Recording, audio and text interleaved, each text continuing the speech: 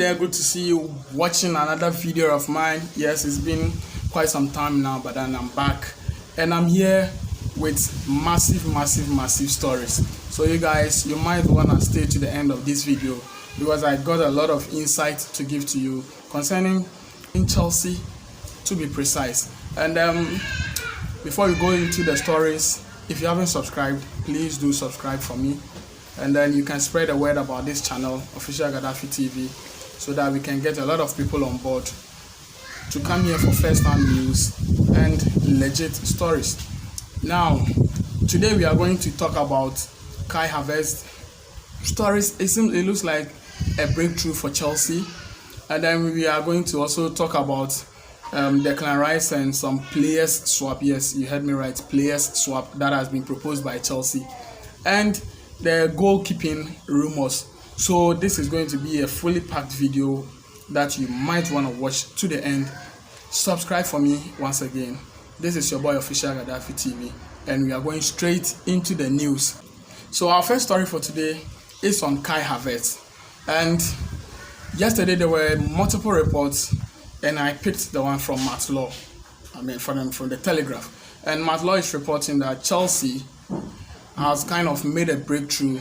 Fabrizio Romano also brought it up that Chelsea are going to make an offer of £70 million for Kai Havertz after personal terms have been agreed between Chelsea and the player. So now it's left with Chelsea making the breakthrough in terms of the transfer figure with Bayer Leverkusen. And as it stands, Leverkusen still wants 80 to 85 million pounds for the player. And the report went on to state that Chelsea could offer that 70 million, and if possible, if there is no understanding, if Leverkusen insists on the figure, that means they will look to pay the rest in add-ons. So this is big news.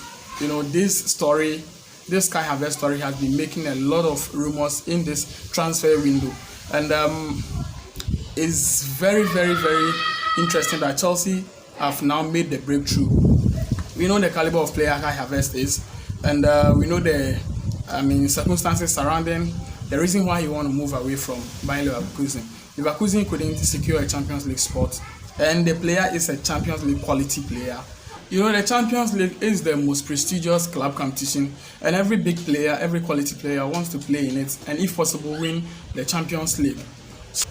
So if you are Kai Havertz and you have this quality, if you have this enormous talent, you don't want to showcase it at the highest stage of the world. So Kai Havertz wants to play in the Champions League. Leverkusen couldn't offer, and there is a gentleman's agreement that if they couldn't secure the Champions League, he would be allowed to move. So this Kai Havertz story is a very huge one because it has been making waves in the world of sports in recent times. You know, it is looking likely to be the biggest transfer that could happen in the season. It's very good that Chelsea have made the breakthrough because we need young attacking talents. We need players who can unlock defenses for us, and Kai Havertz seems to be one. And he also has an eye for goal, a very good one, of course. And it's always going to help us when you have Ziyech in, when you have Timo Werner also coming in, and if we are adding Kai Havertz, it means Frank Lampard is on the right course. You know, he has gotten full support from the board, and he is getting all the players that he is asking for. So Lams, his pulling power is very great, and he's having a very nice connection with Peter Cech, who, together with Frank Lampard, is pulling so many strings. And we also have the undercover agent who happens to be Michael Ballack, who is helping us very enormously, and people don't seem to recognize his efforts because, you know, he is not that open. He is doing some kind of covert operations for us.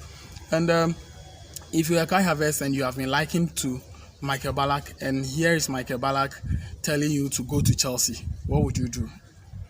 You would go, I guess. So Leverkusen couldn't offer Havertz the Champions League that they wanted.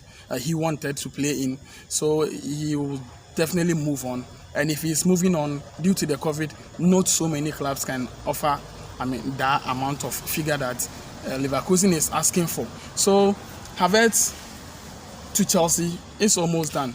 Chelsea have offered £9 million a year as salary, and after our last match of the league campaign on Sunday, Peter Cech is going to fly to Germany to hold face-to-face talks with Leverkusen and try to, conclude the deal. So wait for a very massive breaking news on Kai Havertz next week. So that is all on Kai Havertz. And then we move on to the second story for the day, and that is on Declan Rice and Chelsea's attempt to offer Michy Batshuayi and Ross Barkley and some amount of cash for Declan Rice. West Ham values Declan Rice around £70 million, and that is a huge sum of money. Looking at the kind of transfers that Chelsea are looking to achieve, 70 million is a very huge money. And we also know that West Ham was interested in Michy Batshuayi during the January transfer window, but the deal couldn't happen because of the uncertainty which was surrounding Olivier Giroud's contract issues. So Chelsea decided to hold on to Michy Batshuayi for a while. So this is kind of going to sweeten the deal because they wanted Michy Batshuayi, and now we are offering Batshuayi plus Ross Barkley and some amount of cash for Declan Rice. After the lockdown, Lampard has decided to move N'Golo Kante to the base of the midfield three. That is, he is going to recover a lot of balls for Chelsea. We are no more using the register, and I think when N'Golo Kante went on injury, and we have seen the introduction of Jorginho for I think the last 3 games or so. So Lampard needs a sweeper. Lampard needs a ball winner in the base of the midfield who will help cover some spaces behind. So apart from N'Golo Kante, we don't seem to have any player with those qualities. That is why Lampard is going in for Declan Rice. Declan Rice is a very combative midfielder, very strong on the ball, and then he has some kind of long range passes also. So he fits the bill, and he can also play as a centre back. He fits all the things that Chelsea need, because we've been conceding some silly goals that we need some quality centre backs.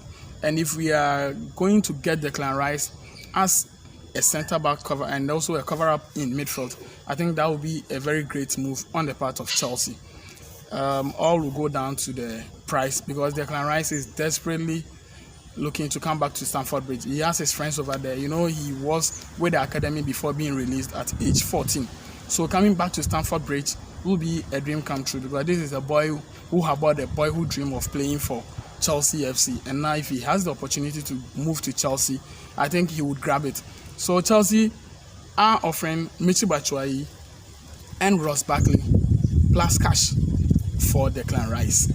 Yes, you heard me right. It's going to be a very difficult deal to pull, but let's hope we get the breakthrough over here. Now we move on to our final story of the day, and that is on the goalkeeping. I don't want to call it crisis, but it has got to do with our goalkeeping department. There is these stories making the waves that Chelsea are going in for a goalkeeper. Whether Kepa leaves or not, Chelsea will go in for another goalkeeper. Caballero is not a young goalkeeper. He is almost coming to the end of his game. And Kepa hasn't been consistent enough to command the starting berth at Chelsea. So Frank Lampard is either going in for a keeper who will come and serve as a competition for Kepa, or we have also proposed the deal to Atletico of adding money to Kepa in securing Jan Oblak.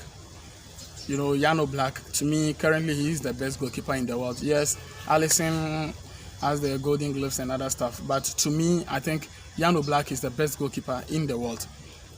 So if Chelsea can pull this deal, then it will be a very serious one. It will show a very serious intent, because his release clause is 120 million euros. That is well over 100 million pounds. And for a goalkeeper to command such a figure, then you should know the kind of goalkeeper we are talking about.